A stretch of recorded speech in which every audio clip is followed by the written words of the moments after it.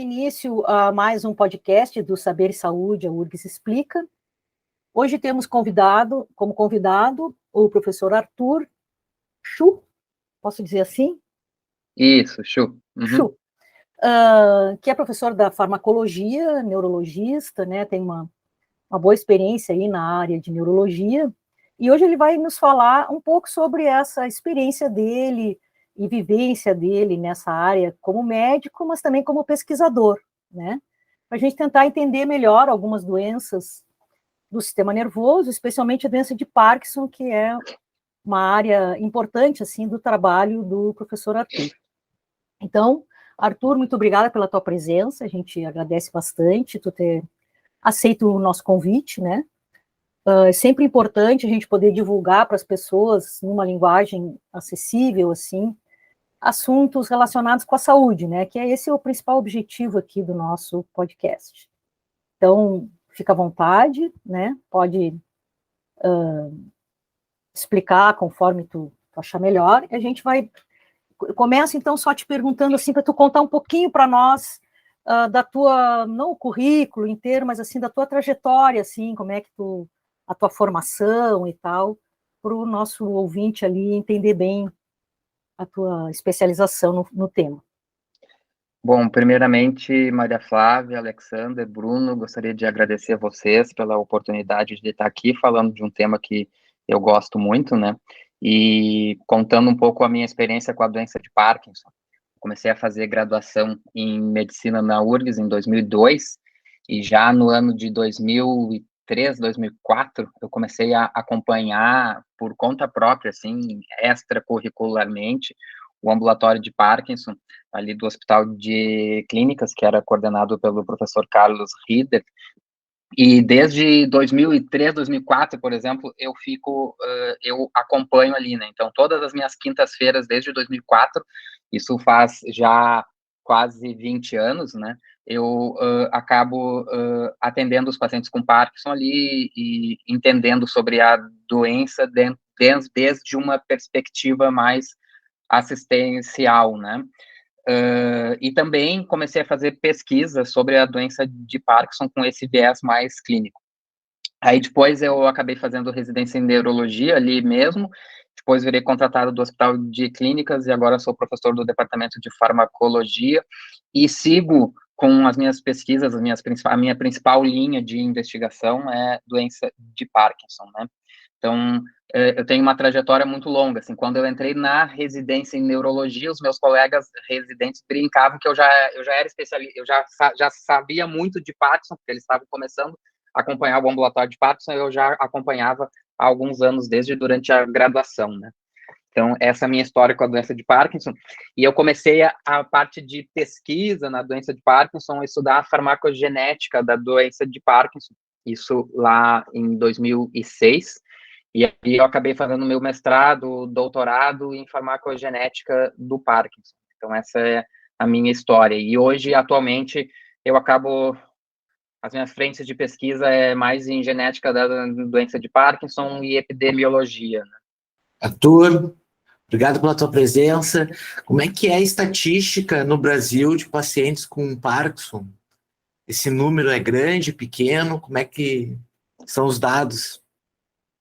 Então, a doença de Parkinson, no Brasil, a gente tem poucos dados, a gente pode dizer que tem poucos dados na América Latina mesmo, tem muito pouco dado. No Brasil, a gente tem só um estudo de base populacional, que foi feito na cidade de Bambuí, em Minas Gerais, onde a gente tem uma estimativa de prevalência de 3,3% da população acima de 60 anos, né, lá, que tem a doença de Parkinson. A gente estima no mundo todo que a doença de Parkinson tem uma prevalência em torno de 1 a 3% nas pessoas acima de 60 anos, né? A gente sempre fala acima de 60 anos porque o envelhecimento, sim, é um fator de risco importante para a doença de Parkinson, mas é uma doença que também pode acometer pessoas jovens, né? Pessoas bem jovens também podem ser acometidas por Parkinson, bem mais frequente do que Alzheimer, por exemplo, né? E no Brasil a gente tem poucos dados sobre isso, e uma coisa importante que tem vários artigos salientando isso, que se a gente for ver a tendência epidemiológica da doença de Alzheimer, em alguns países desenvolvidos, parece que a doença de Alzheimer está diminuindo a sua incidência, né? E a doença de Parkinson não. A doença de Parkinson tem alguns estudos que consideram que é a doença neurológica que está aumentando mais rapidamente. E tem alguns autores que até colocaram, já em 2018, alertando como se a doença de Parkinson fosse uma nova pandemia. Claro que isso é uma coisa muito exagerada, né? Mas, enfim, só para alertar para o fato de que a prevalência do Parkinson parece estar aumentando. E no Brasil a gente tem muito pouco estudo sobre isso, né? Desde março a gente ganhou uma verba do Instituto Michael J. Fox, que é uma instituição internacional, que é o maior financiador de pesquisa em Parkinson no mundo, né? Onde a gente está desenvolvendo um estudo epidemiológico no Brasil, em 4 áreas do Brasil. Aqui no Sul, a gente está investigando todos os pacientes, todas as pessoas com 60 anos ou mais da cidade de Veranópolis. A gente vai investigar também umas ilhas de Belém do Pará, né, e a cidade de Candangolândia, no Distrito Federal, e a cidade de Jacobina, na Bahia, né? Então, são essas 4 regiões onde a gente está fazendo um estudo epidemiológico de base populacional, que a gente diz, né? A gente vai rastrear todas as pessoas com 60 anos ou mais que moram nessas áreas, para tentar entender se no Brasil está também aumentando, qual o impacto da doença de Parkinson, né? Seguindo essa linha de raciocínio, existe um diagnóstico genético, assim, é possível mapear alguns genes ou algum que seja, assim, específico do Parkinson, ou como é que vocês fazem esse estudo? O diagnóstico da doença de Parkinson, ele é totalmente clínico. Não tem nenhum exame que a gente faça e faça uma ressonância e diga, olha ali o Parkinson. Não tem isso, né? No nosso fluxograma de diagnóstico, nos critérios diagnósticos, a gente tem que fazer um exame de imagem, mas mais para descartar algumas outras condições que podem mimetizar a doença de Parkinson, né? Mas não existe nenhum biomarcador, nenhum exame que a gente faça e que nos diga que a pessoa tem a Parkinson. Então, o diagnóstico mesmo, ele é eminentemente clínico. Especificamente em relação à parte genética, em torno de 10 a 15% dos casos, eles vão ter uma história familiar, né? E aí vão ser, em geral, autossômica dominante ou autossômica recessiva, e são os casos de Parkinson monogênicos, que a gente chama assim, que tem um único gene que é suficiente e necessário para provocar a doença de Parkinson. E aí, nessa situação, a gente tem uma fisiopatogenia bastante linear, né? Tem um gene alterado que vai dar todo um processo fisiopatológico que vai levar a uma apresentação clínica, uma síndrome clínica. Mas isso é 10 a 15% dos casos, né? A imensa maioria dos casos são casos esporádicos, onde não tem uma história familiar muito clara e a gente não vai encontrar um único gene, né? A gente está, e aí, para a investigação genética dos casos esporádicos, que é essa maioria dos casos, a gente faz os Genome-Wide Association Studies, né, que são os estudos, em português seria estudo de varredura genômica, assim, a gente estuda vários marcadores genéticos, né, e atualmente a gente tem em torno de 90 marcadores genéticos que aumentam o risco de Parkinson. Aumentam um pouquinho o risco, não quer dizer que a pessoa vá ter Parkinson, né? Então, a gente sabe que tem esses marcadores genéticos que aumentam o risco de Parkinson, e a gente faz parte aqui de um consórcio internacional também, que é um consórcio que se estima que o componente genético da doença de Parkinson é em torno de 27% dos Parkinsons esporádicos, esses que não são monogênicos, né?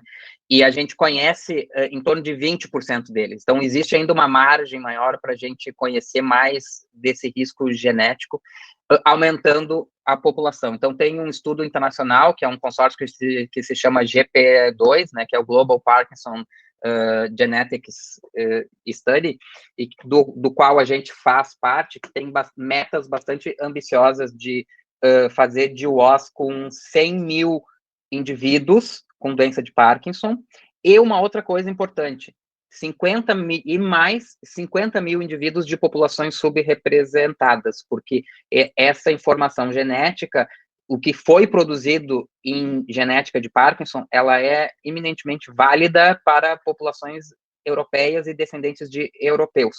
Ela não vale necessariamente para outras etnias e outras regiões do mundo, né?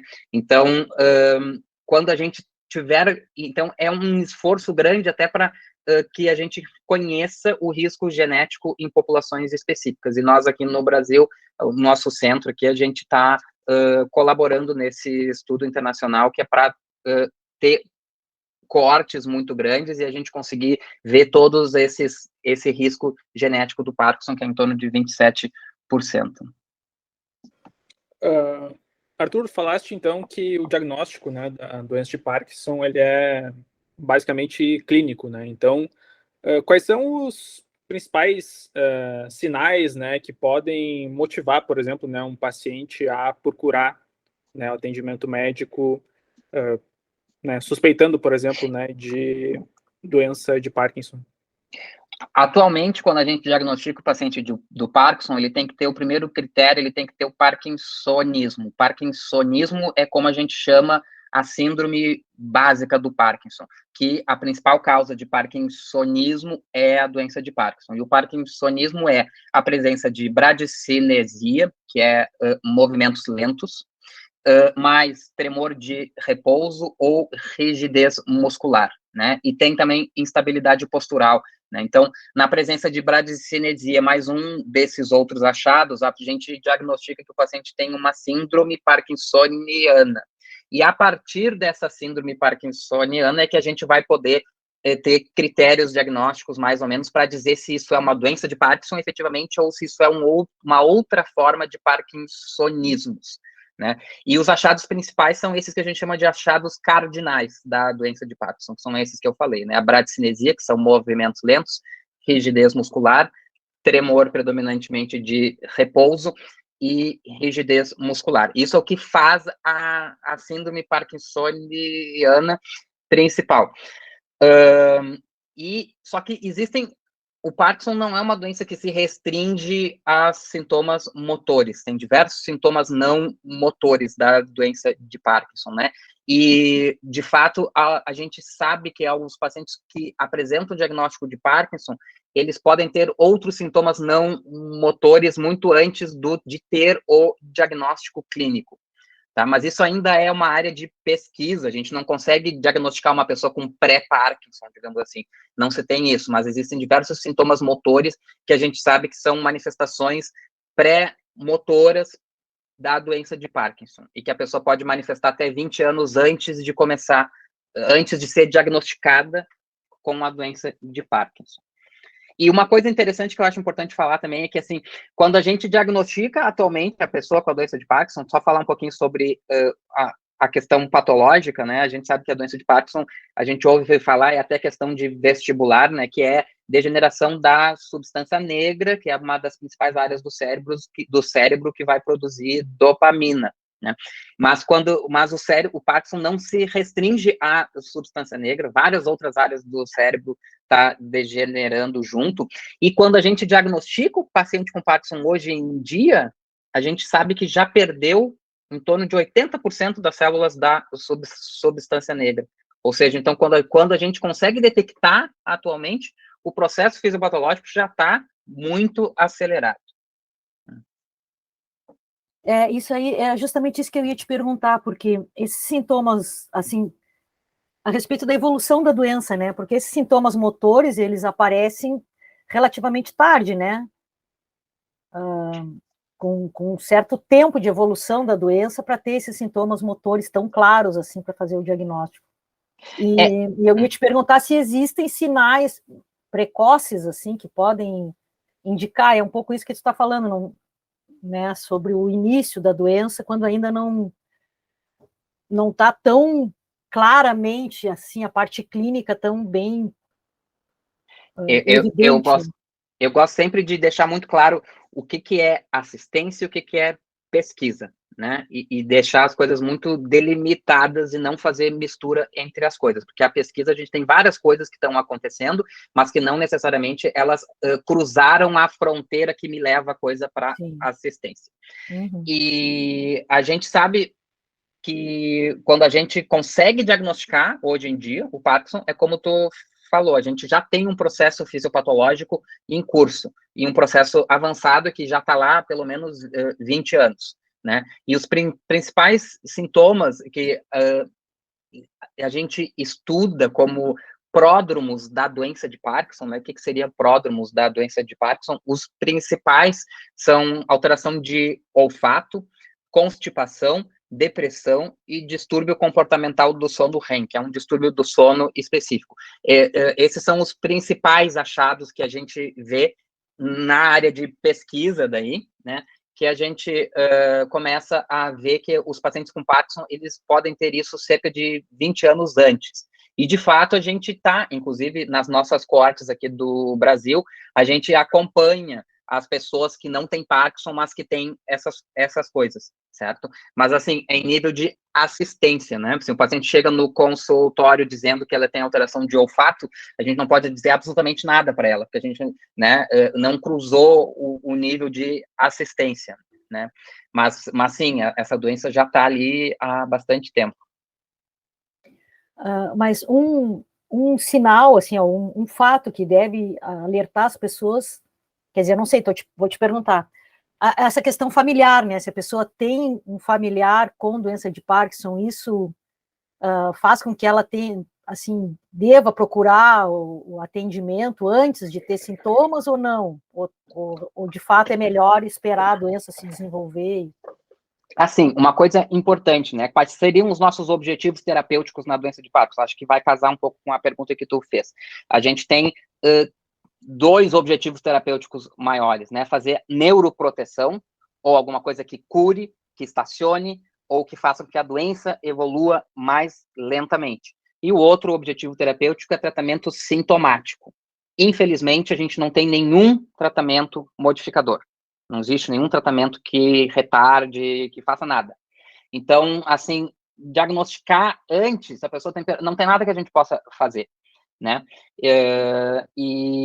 Então, a história familiar, né, que tu perguntou, então, se a pessoa tem história familiar, né? Inclusive, a gente pode falar um pouquinho sobre o risco, né? Eu falei que 27% do Parkinson tem uma explicação do risco genética. E os outros 83%, 73%, né?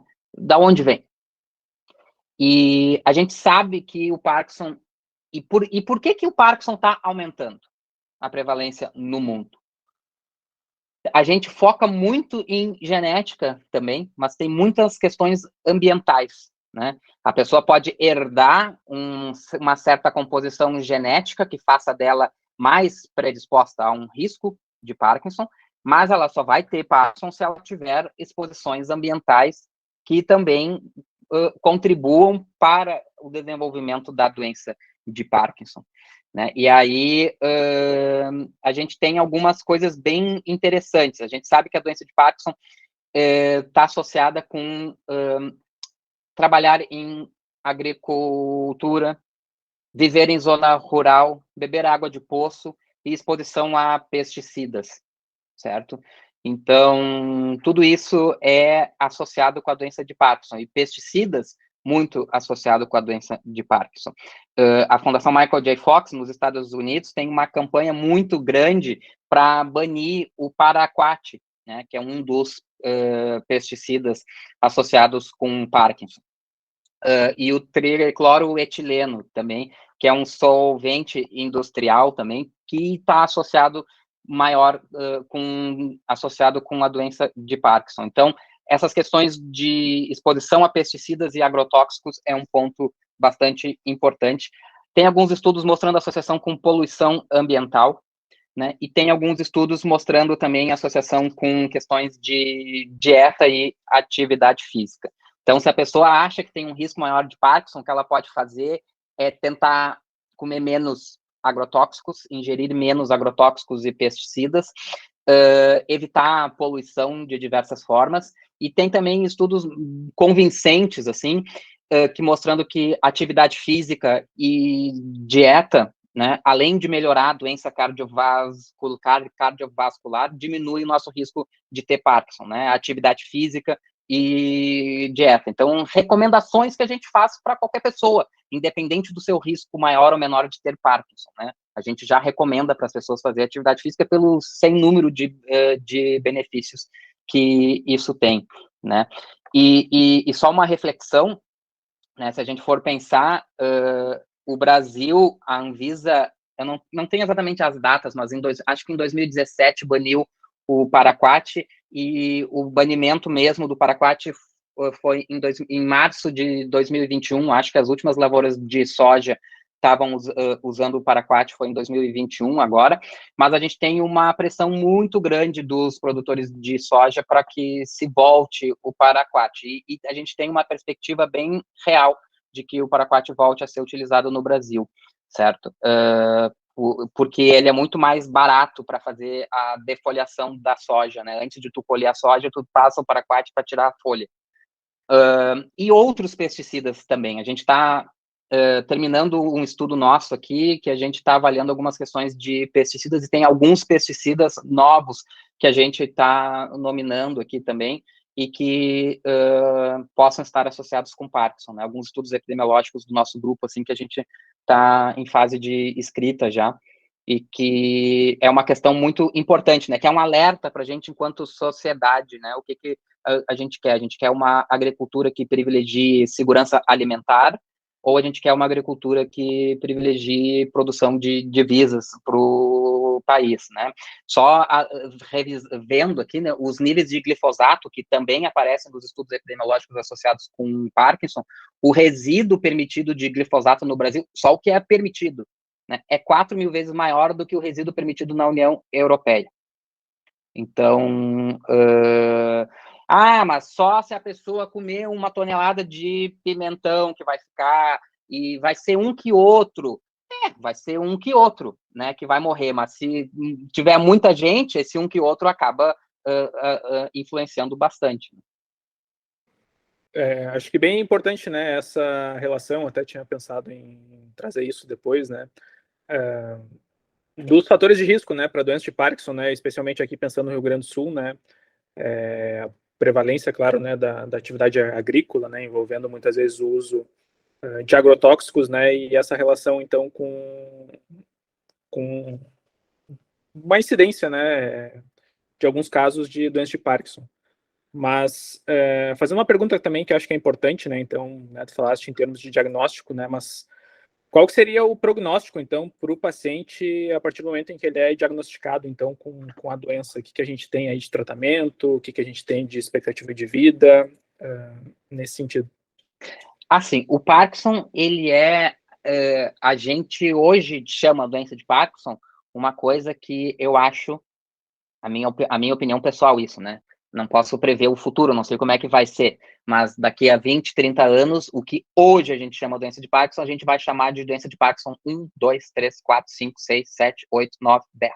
É muito heterogêneo, certo? É muito mais heterogêneo do que o construto doença de Alzheimer, certo? Então, é bastante heterogêneo. Tem os pacientes que começam precoce, tem os pacientes que começam mais tarde, mas a doença de Parkinson típica, o paciente vai ter as suas limitações, mas nos primeiros anos de uso de medicamentos, e o Parkinson é uma das doenças neurodegenerativas que tem um tratamento sintomático muito eficaz, pelo menos para os sintomas motores principais, a gente consegue tratar muito bem. A gente chama que o paciente passa um período de 5 anos, então de 3 a 5 anos, que a gente chama de lua de mel, né? Então, o paciente fica super bem. Mas, como todo casamento, depois de um tempo, começa a dar errado. Tá? E aí, depois de uns 5 anos, o paciente começa a apresentar algumas complicações, né? E algumas complicações do próprio tratamento. Mas o prognóstico, em geral, de um paciente de Parkinson é muito bom, assim, né? Em comparação com Alzheimer, não é muito... Em comparação com um Alzheimer, por exemplo. certo? Um Alzheimer, o paciente tem uma evolução, né, que a gente sabe que em torno de 10 anos ali é uma evolução muito dramática. O paciente com Parkinson pode viver 30, 40 anos com Parkinson e vai morrer de outras coisas. Vai morrer com Parkinson, isso sim, a gente tem certeza que ele vai morrer com Parkinson atualmente, mas não que ele vai morrer de Parkinson, né? Nem por alguma coisa necessariamente por causa do Parkinson. Então, tem várias formas, né? E aí, eu tô falando do Parkinson em geral, assim, mas tem algumas formas que acabam evoluindo mais rapidamente e outras formas que evoluem de maneira mais lenta, né? Benigna. Assim, e isso é uma coisa que varia muito.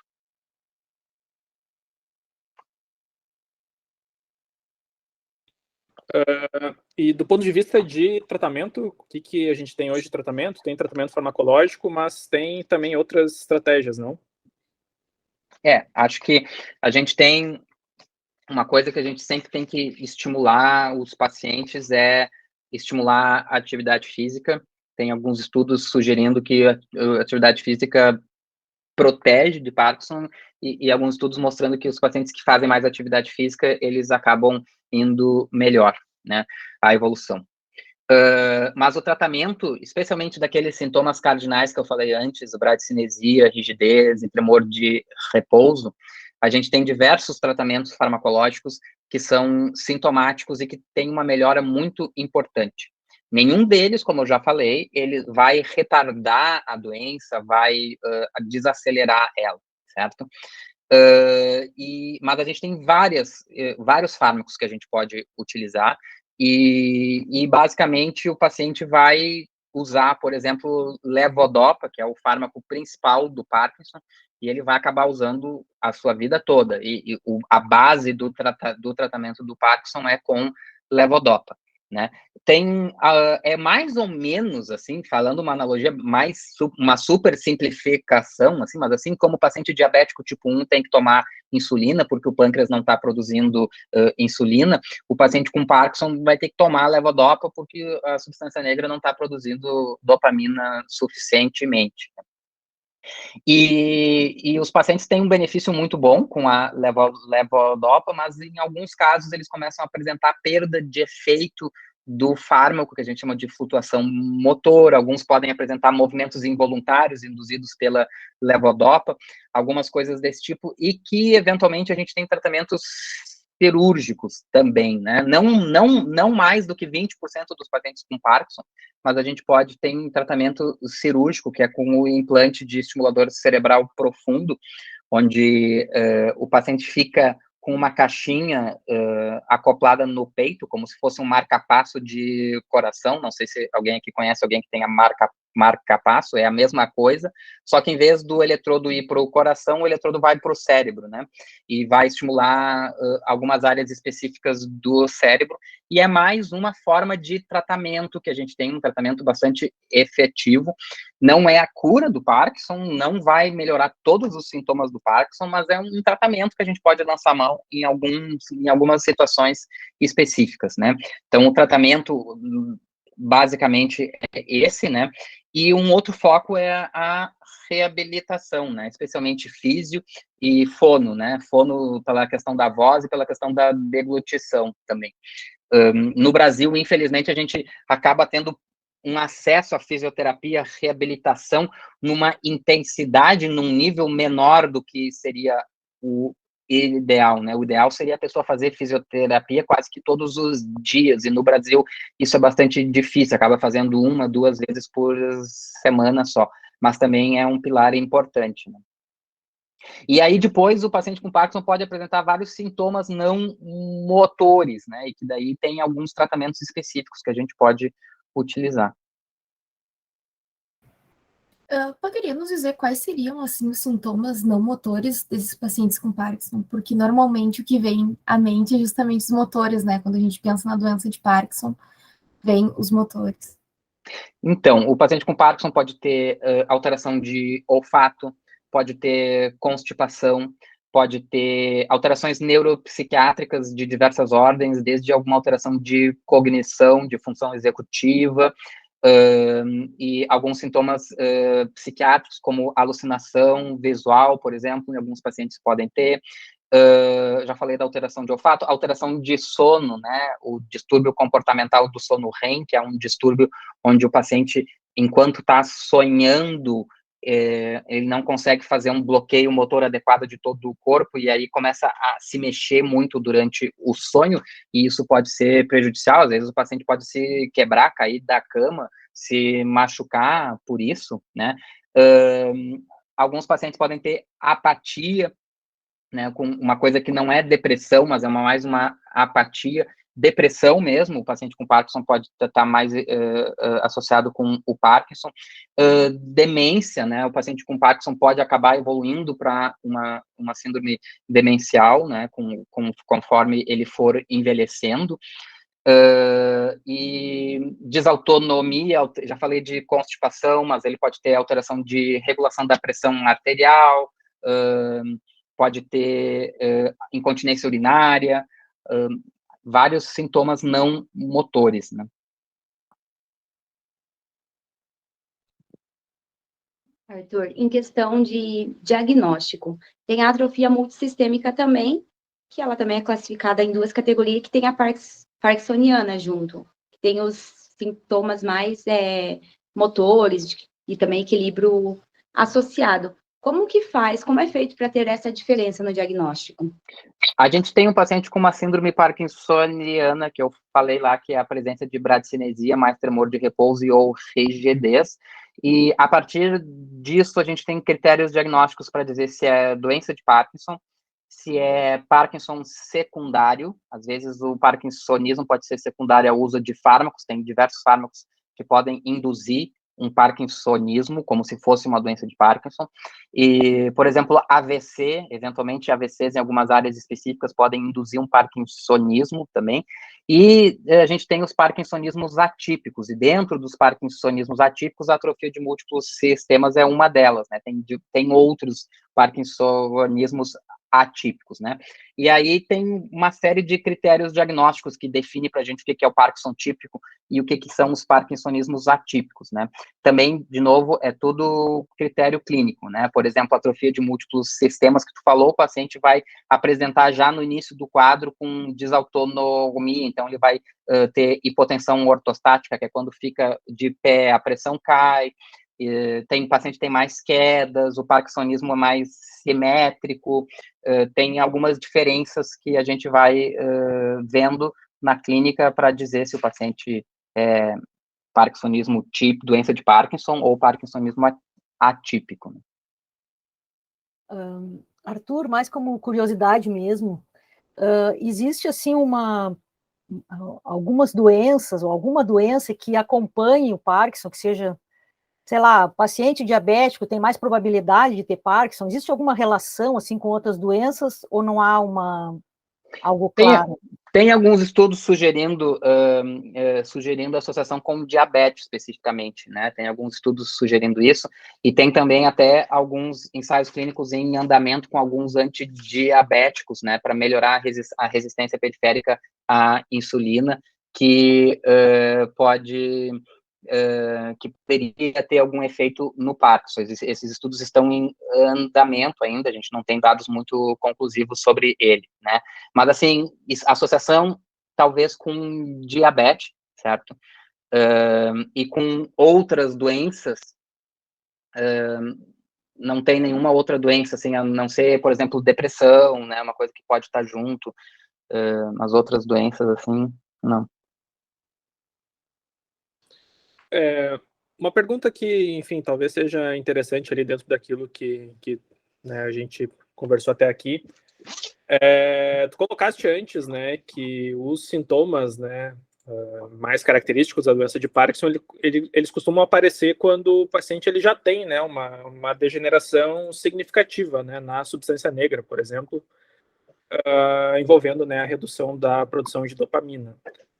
E, naturalmente, né, começar a tratar a doença, né, uma vez que ela já encontra-se bem estabelecida, digamos assim, é sempre um desafio maior, né, do que se a gente tivesse a possibilidade de tratar isso de maneira mais precoce, mas para isso, claro, a gente precisaria ter outras formas, né, de detectar essa doença em estágios mais iniciais.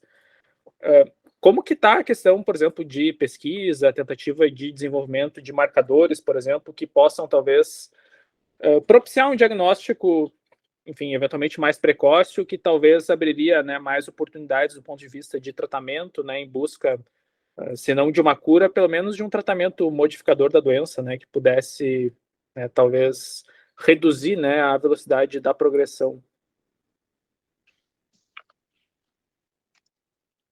Acho que a busca por biomarcador na doença de Parkinson é uma busca super importante, né?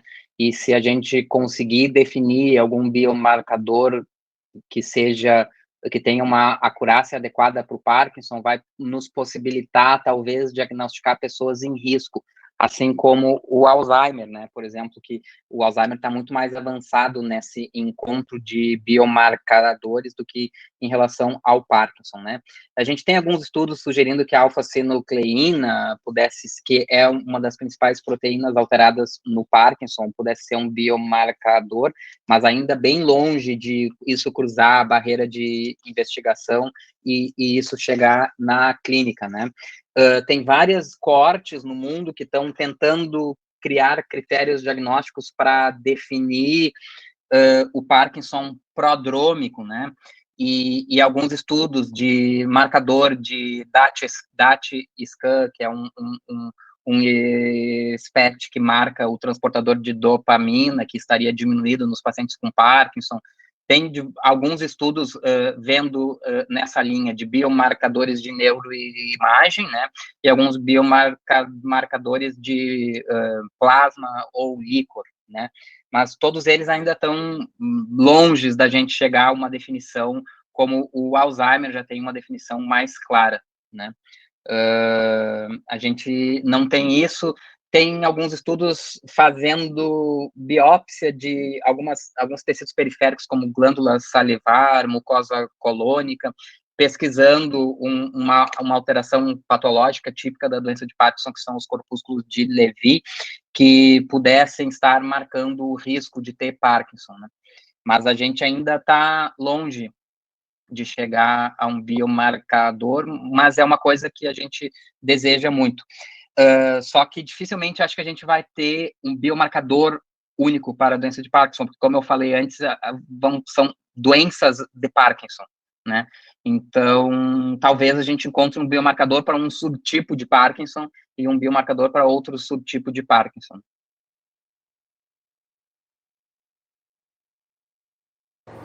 Teria alguma forma de prevenir, assim?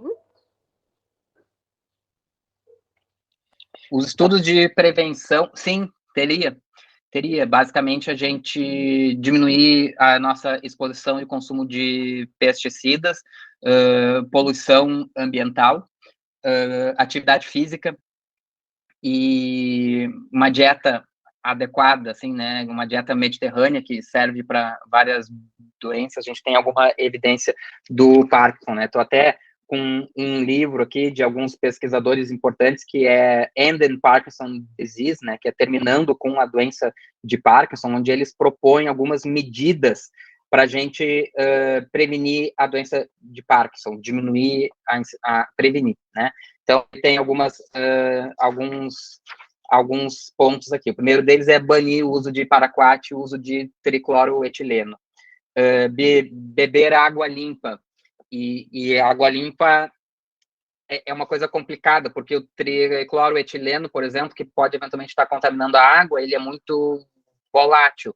Então, não basta a gente ter um filtro de água. Se a gente tomar banho, talvez aquilo pode se volatilizar e a gente acaba sendo exposto ao banho. Então, a gente teria que ter um filtro da entrada da água da nossa casa, né? Respirar ar puro, diminuir poluição atmosférica, né? Também está associado com doença de Parkinson. Comer saudável, né? Então, evitar contaminantes na nossa alimentação, especialmente aqueles que têm contaminados com pesticidas, né? Então, comer produtos orgânicos poderia ser interessante. Reduzir o nosso risco no trabalho, E aí, quando a gente tem trabalhadores que têm exposição ambiental, né, a pesticidas. E, por fim, fazer atividade física, comer bem, e eles colocam aqui também cafeína, né? A gente sabe que tem uma associação epidemiológica entre consumo de café e bebidas cafeinadas com menos risco de Parkinson. É ainda debatido se essa associação é mesmo verdadeira ou não, mas, enfim, a gente sabe que tomar café e bebidas cafeinadas protege de Parkinson. A gente tem um estudo nosso aqui até, a gente avaliou chimarrão, e parece que o chimarrão também tem um efeito protetor, né? Tem um grupo da Argentina que sugere que o chimarrão possa ser protetor também por outras substâncias, embora a gente aqui ficou mais convencido de que seja cafeína mesmo, que está mediando esse possível efeito neuroprotetor aí. Mas não tem nada, isso não ficou bem claro, né? Mas tomar café é uma possibilidade também de prevenir Parkinson. Arthur, eu não sei se vocês fazem aqui, o grupo de vocês especificamente, ou se tu conhece outro grupo, que trabalha com experimentos em animais, assim, com algum modelo experimental de Parkinson, onde se possa testar, assim, vários fármacos, ou se os estudos são mais clínicos mesmo. O meu grupo, ele é estudo clínico, basicamente, né? Eu não trabalho com nenhum modelo animal de Parkinson, né? Mas eu sei que aqui na URGS, por exemplo, tem alguns grupos que trabalham com alguns modelos animais de Parkinson, né? A crítica, assim, em geral, é lesionando a substância negra com alguma substância tóxica, né? Tu vai simular algumas coisas que vão levar à perda de dopamina, mas tu não está simulando dessa forma o processo fisiopatológico que desencadeou o Parkinson propriamente dito, né? Tu está simulando uma consequência de um processo que a gente não conhece muito bem qual que é esse processo, né? E aí tem algumas críticas aos modelos animais, né? Mas certamente são coisas que a gente tem que avançar em modelos animais mais parecidos com Parkinson. Tem alguns modelos de exposição a microdose de pesticidas, né, que poderia ser um modelo mais parecido com o que acontece na maioria das pessoas, né, e alguns modelos celulares também, por exemplo, estudar a célula dos pacientes que têm algumas mutações genéticas conhecidas de Parkinson. Isso pode ser interessante, né? Mas o nosso grupo trabalha mais com os pacientes mesmo, assim. A gente não tem trabalho em modelo animal. É que fica complicado de criar um modelo quando a gente não sabe bem a fisiopatologia da doença, né? Então, sempre ele vai ser falho, né? Mas, enfim, são tentativas, né? E dificilmente a gente vai ter eu acho que a gente vai ter um tratamento que vá curar tudo, né? Porque, como eu falei, é uma doença heterogênea na sua manifestação clínica e heterogênea na sua fisiopatologia, né? E aí, geralmente são mais de um fator associado. Então, talvez a gente tenha um coquetel para tratar o Parkinson, não um fármaco único, né? A gente sofre do mesmo dilema da doença de Alzheimer, onde a gente acaba acumulando beta-amiloide no cérebro, a gente acumula alfa-sinucleína mal formada no cérebro, né? E também tem todo o debate, será que esse modelo de que os agregados de alfa-sinucleína fazem parte de uma via fisiopatológica efetiva ou são só um epifenômeno, né? Ou são causa ou consequência, né, também. Os estudos de anticorpo monoclonal para Parkinson falharam, né? Eles têm falhado, ou seja, a gente consegue limpar a alfa-sinucleína, os depósitos de alfa-sinucleína, mas a doença continua ali. É um desafio enorme aí, de estudo por muito tempo até se conseguir entender minimamente, né, a doença para poder planejar tratamentos, né? Mas, pelo menos, o tratamento que existe hoje, ele consegue tratar os sintomas principais, né? Então, também não é uma doença que não tenha tratamento nenhum, né? Não tem cura, mas o tratamento segura, né? E mantém a qualidade de vida da pessoa por um bom tempo, assim, né? Diferente de Exatamente, alguns que não exatamente. tem tratamento nenhum mesmo, né? Então, pelo menos... Exatamente. Os pacientes conseguem, vão ter grande impacto, sim, mas vão manter bastante funcionalidade por décadas, né? Diferentemente do Alzheimer, por exemplo, que é uma doença mais agressiva, né?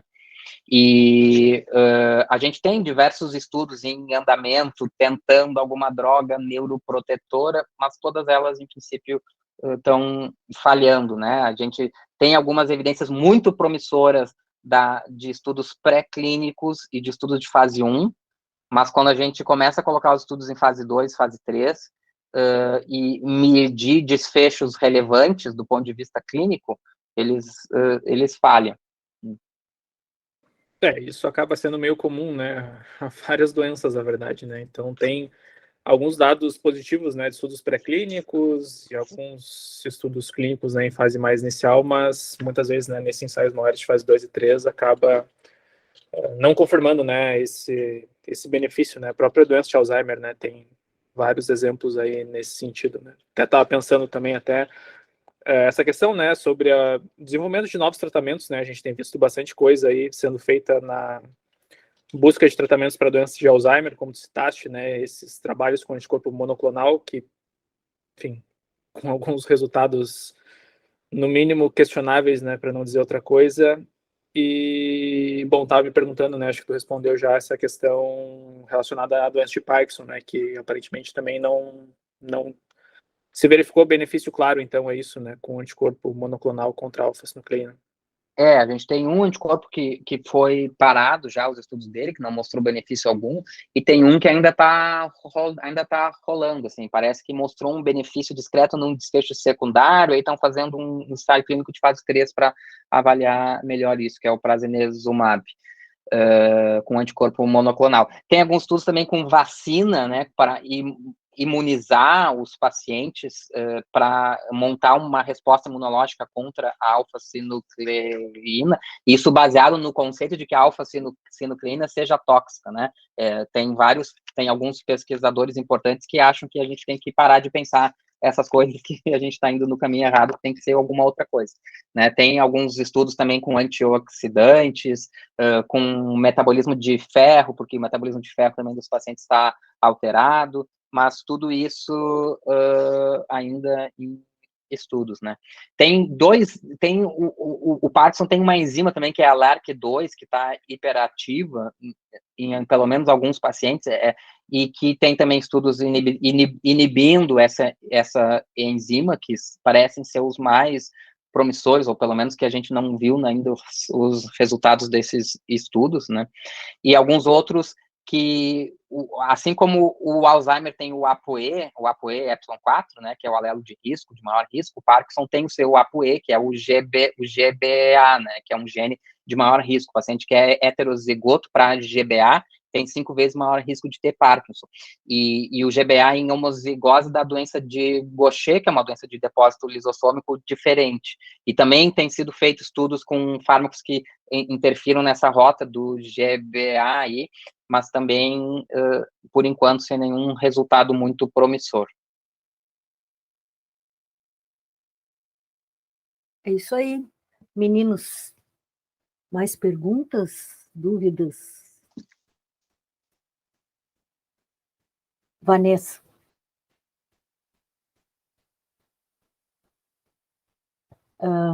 Eu acho que isso reforça um pouco para a gente essa questão da importância da ciência, né? A importância de se estudar essas coisas, porque, claro, aqui a gente está vendo um caso em que a ciência ainda não conseguiu desvendar esse mistério e propor um tratamento que possa reverter completamente o quadro. Mas a gente está estudando e vamos continuar estudando, e algumas coisas levam décadas para ser desvendadas, né? E essa e outras doenças também. Então, acho que é importante aqui a gente reforçar, assim, a contribuição que a ciência vai dar para a qualidade de vida dos pacientes lá na frente, né? Provavelmente não vai ser hoje nem amanhã, mas daqui a alguns anos, novos tratamentos ou novas coisas que vai se descobrindo, vai melhorando um pouquinho aqui, outro pouquinho ali, E às vezes até existem coisas meio revolucionárias, assim, que mudam mesmo completamente a visão da doença. Mas, em geral, né, a ciência é algo que vai caminhando devagarinho, assim, né? Não com coisas maravilhosas do dia para a noite, mas devagarinho, um pouquinho. Né? O pessoal que trabalha aí no pós-graduação, que faz sua pesquisa, né, e os seus orientadores também sempre contribuem, cada um com seu pedacinho ali. A Vanessa é uma aluna de doutorado, que também está fazendo o seu trabalho ali, tentando contribuir com o seu pedacinho, né, não com doença de Parkinson, mas relacionado com o sistema nervoso também. Então, só para a gente reforçar aqui, né, a importância disso. E assim, no Brasil a gente não sabe quantas pessoas têm Parkinson, né? Então já é uma coisa que a gente não sabe nem a gente não tem nem muito estudo convincente disso. O mundo fala, né? Tem algumas projeções que mostram que a doença de Parkinson é a doença neurológica que mais cresce no mundo, né? Mais avança, que mais aumenta a sua incidência. E esse aumento parece ser além do que é esperado somente pelo envelhecimento populacional, ou seja, não é só porque a população está ficando mais velha que está tendo mais Parkinson, tem alguma outra coisa que está dando um drive aí para aumentar o Parkinson, certo? E esses dados básicos que nos ajudam depois a planejar um ensaio clínico no Brasil, por exemplo, a gente precisa saber prevalência, a gente precisa, para planejar a política pública, né? São coisas que esses números não têm, a gente não sabe nem se está aumentando mesmo, se não está aumentando, se a prevalência do Parkinson no Brasil é maior, né? O único estudo de prevalência feito no Brasil mostrou uma prevalência no limite superior das estimativas para o Brasil, né? Então, mostrando que, sim, talvez a gente possa estar diante de uma doença que está aumentando a sua prevalência. É a questão de que a nossa população ela é muito miscigenada, né, também acho que pode trazer resultados diferentes do que se encontra em lugares na Europa, por exemplo, que é um pouco mais caucasiana ali, não sei como é que a gente chama exatamente, mas que tem não é raça que a gente chama isso, né, mas uma... Um componente genético, né? O componente genético, assim, vem de uma origem mais comum, digamos, não tem uma origem tão diversa como a nossa, que pode modificar a combinação de genes, né? Então é possível que se encontre no Brasil um resultado um pouco diferente do que tem em outros lugares. E aí uma das coisas que pode estar que se propõe, assim, eventualmente, é o que a gente vai fazer com esses dados genéticos dos Parkinson esporádicos. A gente pode criar um score poligênico de risco, que pode eventualmente entrar num estudo que a gente vai selecionar pessoas com score poligênico de risco alto, e aí estudar essas pessoas, e aí fazer uma intervenção nessas pessoas, né? Mas todo o conhecimento que a gente tem sobre o efeito poligênico sobre a doença de Parkinson é em populações europeias. Os estudos excluem as pessoas que não têm uma ancestralidade 100% europeia. Então, esses dados não são aplicáveis à população brasileira, por isso que é importante também a gente conhecer a genética da população brasileira. Isso aí, tem muita coisa para estudar, assim como eu sempre converso com os alunos aqui, a gente discute que a ciência mais experimental trabalha muito com animais machos, né, muito pouco com fêmeas. E aí chega uma hora e tu diz, tá, mas será que isso se aplica às fêmeas? E quando tu vai testar, tu vê que é bem diferente entre machos e fêmeas, e não se estuda nas fêmeas. Então, também, essa é outra coisa, claro, é experimental, mas também depois tu aplica desse experimental que foi feito só em animais machos, tu aplica para todo mundo. Eu estava no congresso da Movement Disorders Society, que é o congresso mais importante da área clínica em doença de Parkinson no mundo. Eu estava há 2 ou 3 semanas lá, e uma palestra foi sobre o dimorfismo sexual, assim, sobre os riscos de Parkinson, e como todos os estudos são feitos em modelos animais em machos, né?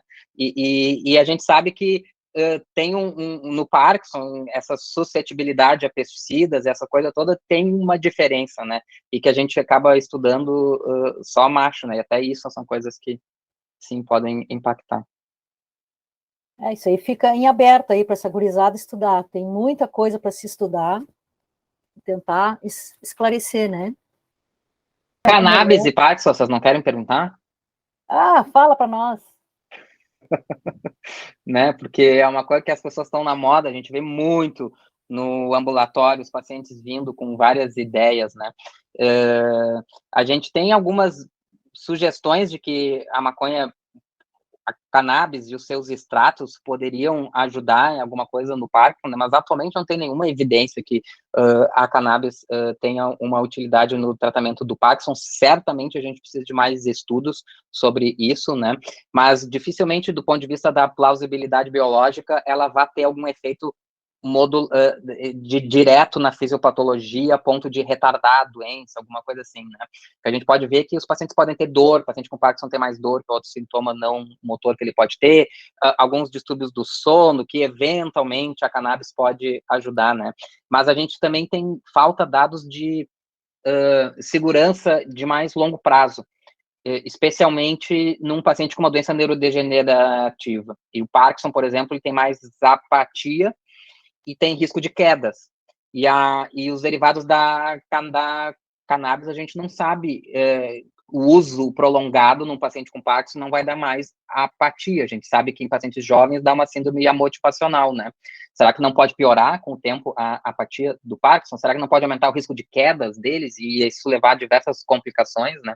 Então, a gente precisa de mais estudos, sim, né? Mas atualmente não tem nada que nos indique que seja um tratamento muito efetivo ou que a gente possa utilizar na prática clínica. Tem algumas condições neurológicas que a cannabis tem um papel, né, uma posição, mas definitivamente na doença de Parkinson ainda não. Eu acho que uma coisa importante também para explicar para as pessoas é que a maconha é uma coisa, ela é composta de muitos princípios ativos ali, né? E os estudos que se faz no laboratório com os animais e tal, é um desses princípios ativos, né? Um fármaco. Então, não é diretamente relacionado, né? A gente dizer, agora então todo mundo vai fumar maconha para melhorar da dor. Não funciona bem assim, né? Então, até essa cannabis medicinal que foi liberada agora para uso, para alguns tipos de epilepsia e outros casos, assim, né, de doenças neurológicas, não é a maconha, é uma parte, um componente, né, que é extraído da maconha. A gente tem pacientes, eu tive um paciente uma vez que me trouxe que alguém estava fazendo para ele um óleo lá, verde, de uma planta que a pessoa plantava e estava dando para o paciente com Parkinson, né? E a gente não sabe o perfil de segurança disso numa doença neurodegenerativa, né? Claro, antes de se fazer esses estudos aí, é meio que um tiro no escuro, assim, né? Pode acontecer qualquer coisa, que a gente não sabe, é em aberto, né? Estímulo para fazer projeto, hein, meninos? Tem muitos, hein? E aí podia até juntar ali o Alex fazer o estresse oxidativo, né, e testar esses. Tu pode fazer em célula, que é mais tranquilo, e depois ir passando, mas porque isso aí vai ser, nos próximos anos, aí vai ser uma coisa de muito impacto. Então é importante a gente contribuir com alguma coisa, né? Acho que abordamos os temas principais, né? Então, quero agradecer o professor Arthur, foi muito claro, assim, a gente conseguiu entender bem todas as explicações dele, tenho certeza que os nossos ouvintes depois vão gostar também.